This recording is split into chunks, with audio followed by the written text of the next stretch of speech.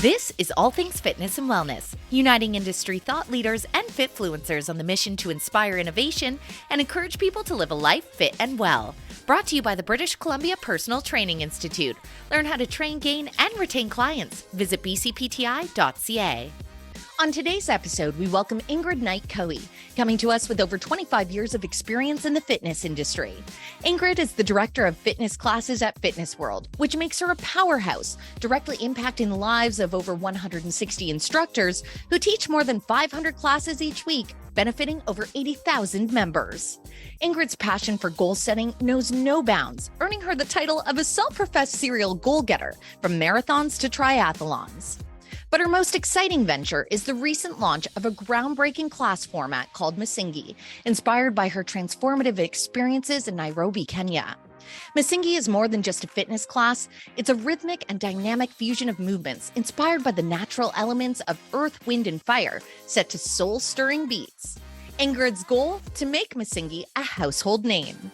In this episode, Ingrid opens up about her foray into the fitness industry and shares the backstory of bringing a brand new class format to life. Through the conversation, her goal-getting energy is sure to rub off. Before we get to the episode, be sure to hit like and subscribe. We have new podcast episodes weekly featuring industry thought leaders and influencers. I'm your host, Chrissy Van, and this is ATFW. Okay. We've come off the heels of Idea World 2023. And I know for you, Ingrid, many familiar faces because you have such a respect within the industry. You're an innovator in the industry. And you really proved that this year. We're going to dive into this, but tell me about the exciting presentation that you ended things off with this year. Yeah, it was an exciting event. Of course, we're still, coming back post-COVID and really relishing in these opportunities to get together in person. So IDEA is always just filled with energy and educators, and it's just a fantastic event. So I was definitely honored and proud to be there again, and was given the opportunity to showcase a brand new class format. It's called MSINGI, and I delivered my first presentation to the world, I guess. So yeah, it was a very particularly exciting event for me for that reason. Well, huge thing to celebrate. And I think that's something that should be stated. Obviously, if you work in the fitness industry, you understand launching your own class format is an impressive feat. It is something that I'm sure has taken a lot of work to get to, but you're the expert to bring this to life. And it's because you've been in this industry for a long time. So Ingrid, how did you get involved in the fitness industry in the first place? Oh my, we're going way back here, but essentially, the story is that I was a elite athlete. My sport was rhythmic gymnastics, so I did that for many years, and I was training, and my coach said I needed to improve my endurance. So she told me to start running, and I was like, okay, that doesn't sound very fun, but I knew that I needed to listen to my coach. So off I went, running solo. I wasn't having a good time, but I happened to run past a fitness studio. The windows were open and I could hear music blaring, and it was, of course, a step class because that was in the heyday, early 90s. And I just kind of peeked in and thought, wow, that looks kind of fun. And I asked my coach, like, can a fitness class count? Can I do this instead? And she said, sure. And before you knew it, 6 months later, I got my certifications and I was teaching my own classes. So I knew that there was something to the element of a group fitness class experience. It was fun, it was engaging, it was challenging. And when I finished a class, I was thinking about the next one. So I just, that was the hook for me. And really over the years, I've of course become a certified personal trainer, a health coach, managed fitness clubs, but it's kind of come full circle as I've landed in the space of group fitness class management. It just kind of, it's my wheelhouse, so. Well, when you first walked into that step class, do you remember that first class for you and what the experience was like? Because obviously you had the athleticism behind you already, but it really is a unique experience when you're going for that first time. It absolutely is. And I do recall and try to remember those first few classes and really the different first classes that I've had, because now the industry has evolved so much. It's not certainly just not step, but there's such variety and diversity in class formats. And you always want to try and remember what that first time experience is for people. And we reference the back row, right? People are shy, they're intimidated by learning something new, but it's such a fantastic experience to get people hooked on, because there's the social element, there's the fun element, and we know that exercise is hard. It's hard to stick with. But we also know the dramatic benefits. So for those reasons, I really aim to, again, teach to the back row and make those first timers feel welcome and included and safe and happy and successful, so that they do continue the habit and they do, continue to enjoy classes. And at what point did you realize, I'm not just going to teach some classes, this could be a career for me? Because that's a big life choice. Absolutely. It, one thing led to another, I guess. I've been very fortunate in my career, amazing mentors, and the industry was just growing as I was. So, one opportunity opened up after another, and I guess it's an unusual job, but to really, when your goal is to impact as many lives as possible, you realize that as one instructor teaching 1 or 2 or 10 classes, you can only do so much. But if you can get to kind of a next level of teaching instructors to teach, you're able to make that much more of a bigger impact. So that kind of became my goal. So I just ended up in more leadership positions, and now as director of fitness classes at Fitness World, I get to impact over 160 instructors, teaching over 500 classes a week to over 80,000 members. So, I just love, the escalation of things in the position I've been blessed to have. Well, it's amazing to have that ripple effect. And it's exactly that. I mean, I remember when I first walked into a group fitness class, and I'm somebody that loves community and energy of others, and you leave feeling so empowered, even if you proverbially sucked in the class. Because I think great instructors also make you feel like it's okay. You're not expected to be incredible out of the gate. And something I really respect about your style, and I'm sure you instill in so many, is having modifications for all as well. That is such a key word. Modifications. I like to say just options, right? You want everyone to feel successful, and it's critical, right? Because if someone doesn't feel successful, if they feel embarrassed, for example, or goodness, we don't want anyone to get injured, but if they aren't given those modifications and it becomes unsafe, well, they're certainly not coming back, and that's the last thing we want. Well, it's something that obviously you put a high value on, and you do touch so many lives. So with that, I'm sure there's a lot of challenges as well. And as someone in fitness, I mean, I feel like we're moving so far from it globally in regards to the pandemic. But what was that like for you? Because you, I'm sure, had to figure out what life looked like for you during that time. All of a sudden, the gyms you're at are closed. And then also you have a team that I'm sure you highly value at that point, and you're caring what the situation looks like for all of them. Yeah. Oh, boy. Those were some dark days. I think it was, certainly such a time of uncertainty. And the term pivot was overused, but that's certainly what we all had to do. But it was also very empowering, because we saw how quickly we were able to pivot to online platforms. So many instructors and members were just kind of like, we'll take group fitness classes in any shape or form, be it online or outdoors. We just made it work as best as possible. But really for us, after a full shutdown, it was a question of rehiring instructors. And that process for me was kind of so validating, because it was literally 150 phone calls to 150 instructors, and all of them said, tell me where to be. I want to come back. Let's go. Right on. And that was just, that's your typical fitness class instructor, like completely committed to the members. That's all they cared about. They were like, the members need us. Let's go. Yeah. I mean, in an era too, where it's harder to find employees or people that there's a huge labor shortage that's going on right now.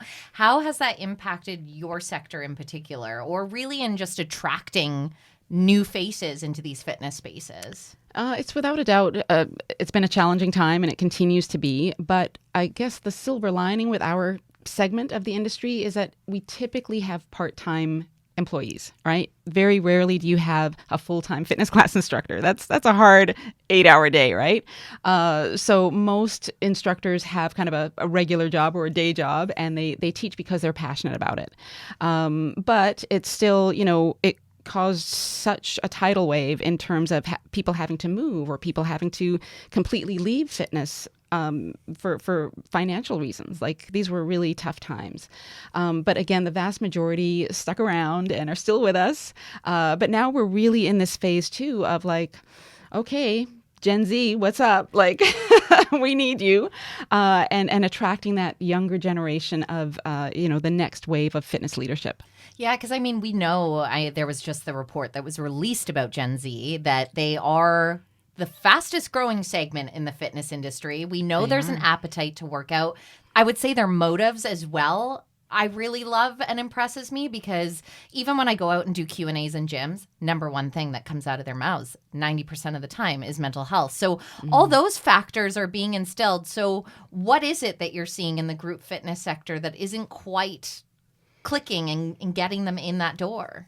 Yeah, it's an interesting conundrum that we're still trying to figure out. I think that generation was so impacted more than I think we realize. Definitely. It's fantastic to see, as you say, they are coming in as members, often in small groups. So they already have that appreciation of, having a companion that's going to keep you accountable and keep it social. So those are two very, great trends working in their favor.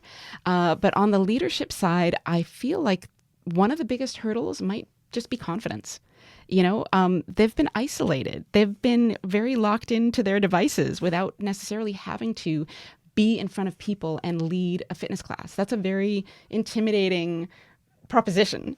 So I think we need to figure out a way to make it not so intimidating and let them understand that, this is a huge area of growth, like not only for their own health, but for potential careers. Fitness is not going away anytime soon. We saw they wanted to be back in person. Yes. Which is the beauty. Exactly. So, this is, a huge growth opportunity for young careers. So I'm hoping that we can find, whether that's direct lines to high schools and colleges and universities, to really tap into, this isn't just a passion. This can be a lucrative career. Well, and that's exactly it. I think even for myself, I didn't understand the magnitude of that until I started working in this industry. And the other subset that I would say about anyone ever considering a career in fitness that has blown me away is the energy of the people. I've written it a million times, and I think it's because it keeps knocking me in the face where I shouldn't be surprised at this point. But I'm like, of course it breeds this. We just came from Idea World, and you told me when we ran into each other, you're like, be prepared. She's like, the personalities that you're going to have, like, you'll leave vibrating high. And it's exactly what happens. And it's because I truly think, even for yourself, you are a pillar of example, even outside of work, because you understand the change that it can instill in your life, the change it instills in others. For sure. And I think when we look at Gen Z, a lot of people want to have that type of impact. So that's the other part. If they could understand, you can not only financially sustain yourself, but you also are going to be a part of something that really is needed. Like, you are creating change for people. I'm sure I've gotten or have a million stories of feedback of how you've impacted the life of another. Well, it's absolutely what has kept me in this industry for almost 30 years is it's such a fulfilling job, and at the end of the day, it's about making an impact, making a difference. And I guess I took that experience years ago, entering that fitness class, and felt that positive impact and knew that, this was just my purpose. I wanted to make sure that I could enable as many lives as possible to feel that same positive impact. The ripple effect in one's own life, in terms of mental health, emotional health, physical well-being, all of those things don't just impact you, they impact your immediate circle. So if we can continue to make a difference that way, that's what it's all about for me. Well, in the spirit of community as well, and there's no denying that you are a driving force in this space. And I'm not surprised that you've had a successful career because we've only known each other a few short years.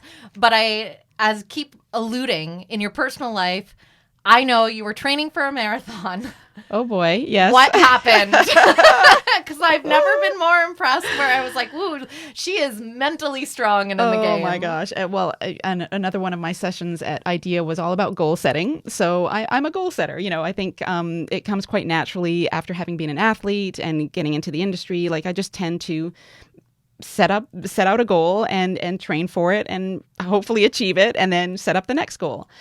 So I've always enjoyed running. I've done several half marathons, but never a full marathon. And then back in 2020, it was going to be the 50th anniversary of the New York City Marathon. New York City is where I was born and raised. Like there's a deep connection there. I was ready to do it. And of course, we know what happened there.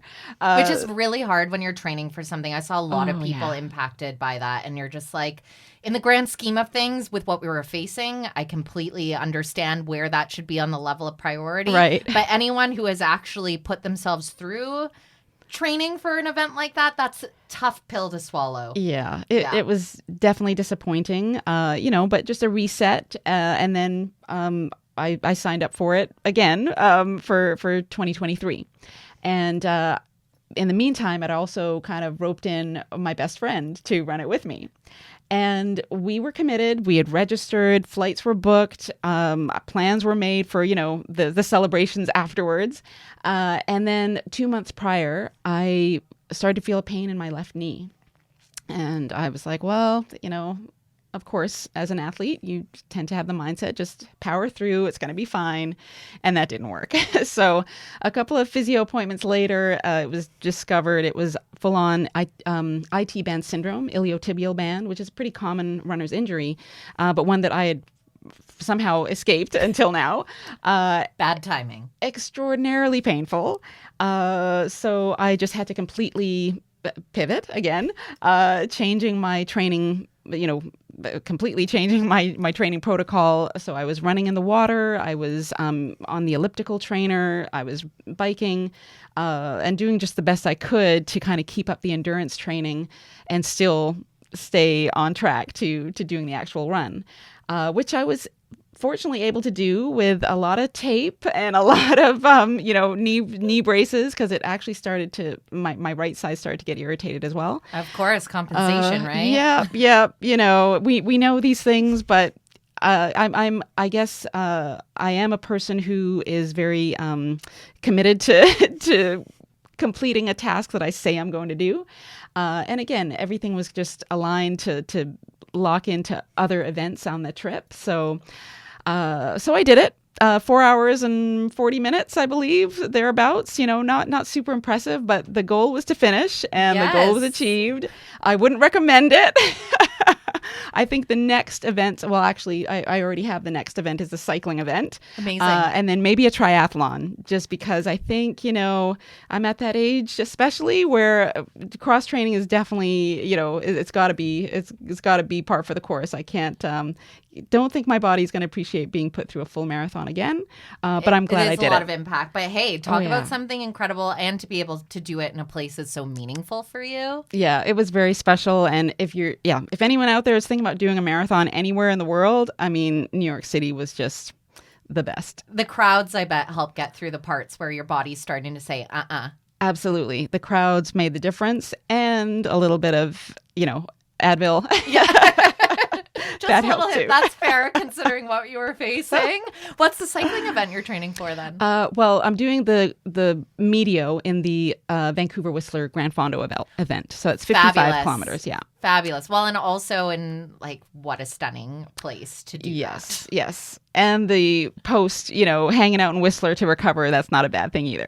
No, I love it. And that's exactly, when you have the goal in mind, we always have to think of the after goal as well. The visualization of, I've crossed the finish line, I'm there. I find those tactics true. Right? And if you start to visualize that from the beginning of your training, it really does help you push through when you're on it, right? For sure. Well, you are someone that sets a goal and achieves it. And as I say, we ran into each other at Idea World.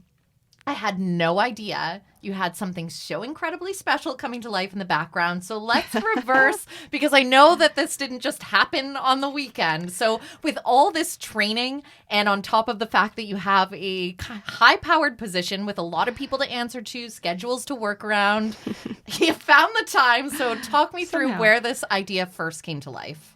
I have to say it started percolating in my mind during lockdown. Amazing.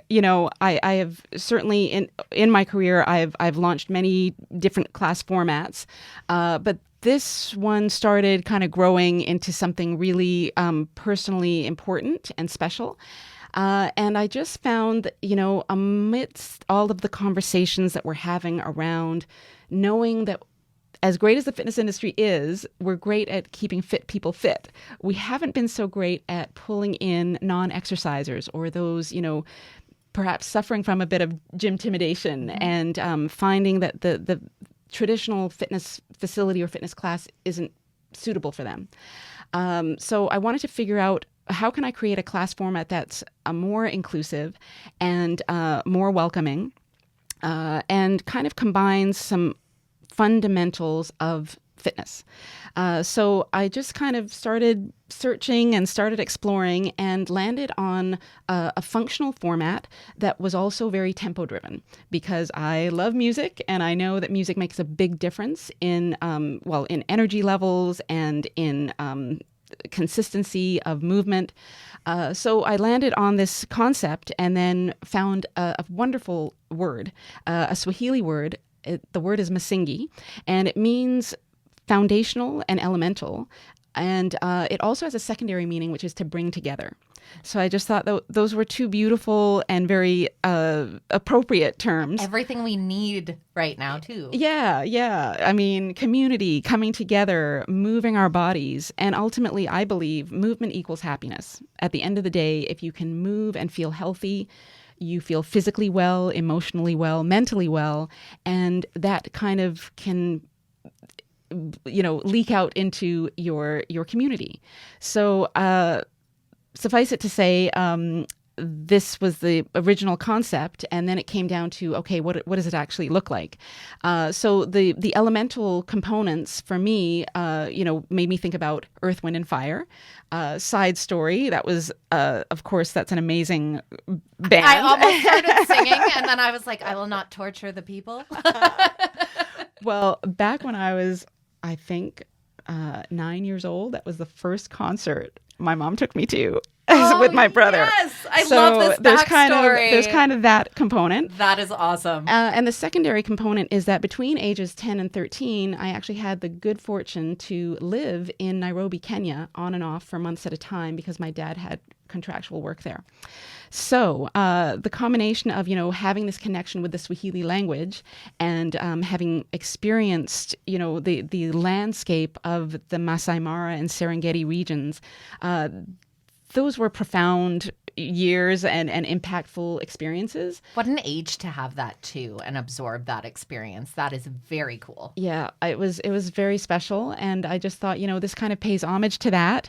And there's certainly, again, during that phase of the pandemic, with all that we were dealing with culturally, the conversations around diversity, equity, inclusion, truth and reconciliation, these are, of course, we're talking about a fitness class, but we're also talking about core values that I think, need attention in our space and can just further help enhance and deliver on the goal that we have, which is to impact as many lives as possible and make as many people as healthy as possible. So that's kind of the birth story of MSINGI, and I have been able to share it now on a global stage and received wonderful feedback. So it's very exciting.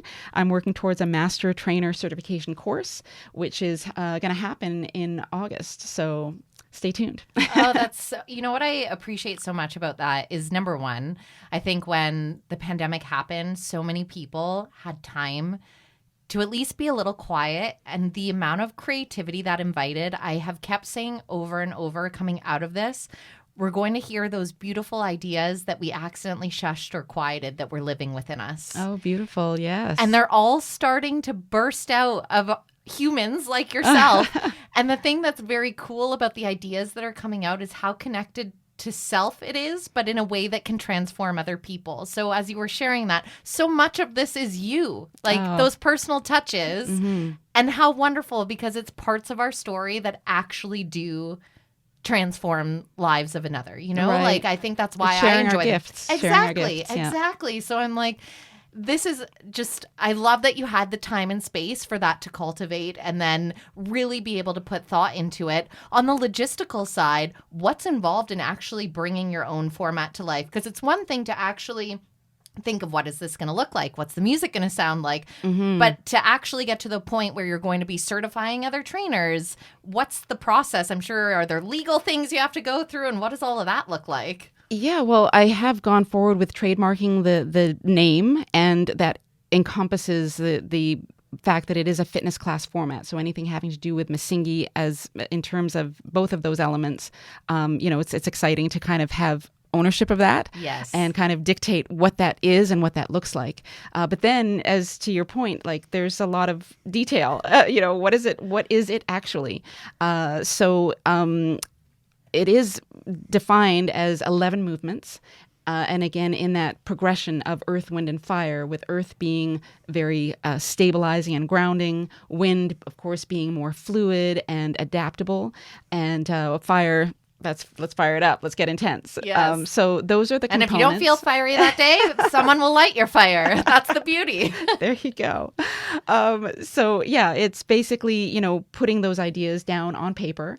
And the instructor training course really is about making sure that instructors understand the fundamentals and the structure of how the class should be delivered, but then ensuring that they can do that.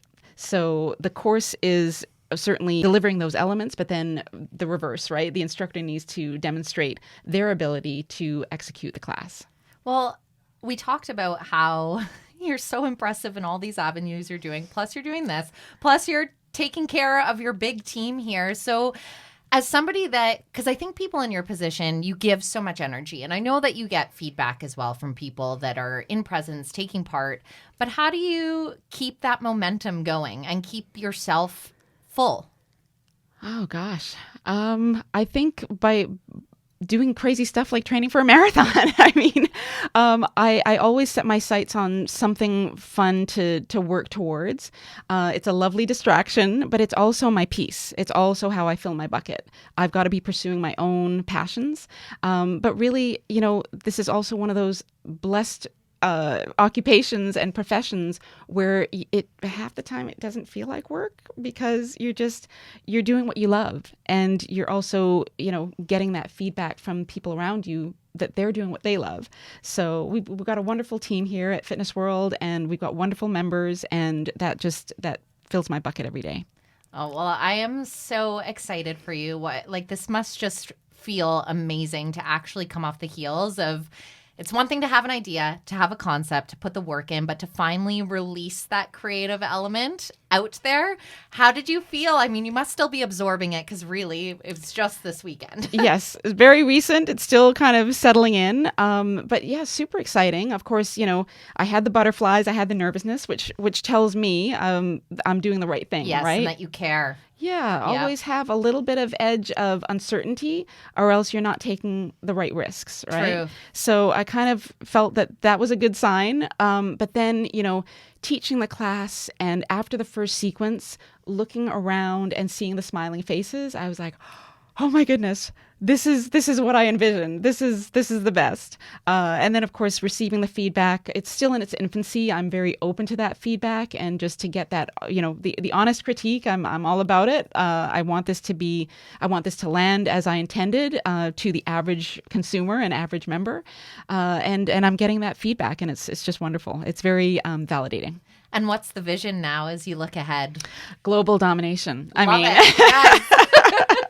Well, if there's anything we've learned, if you've set the goal, it's basically happening.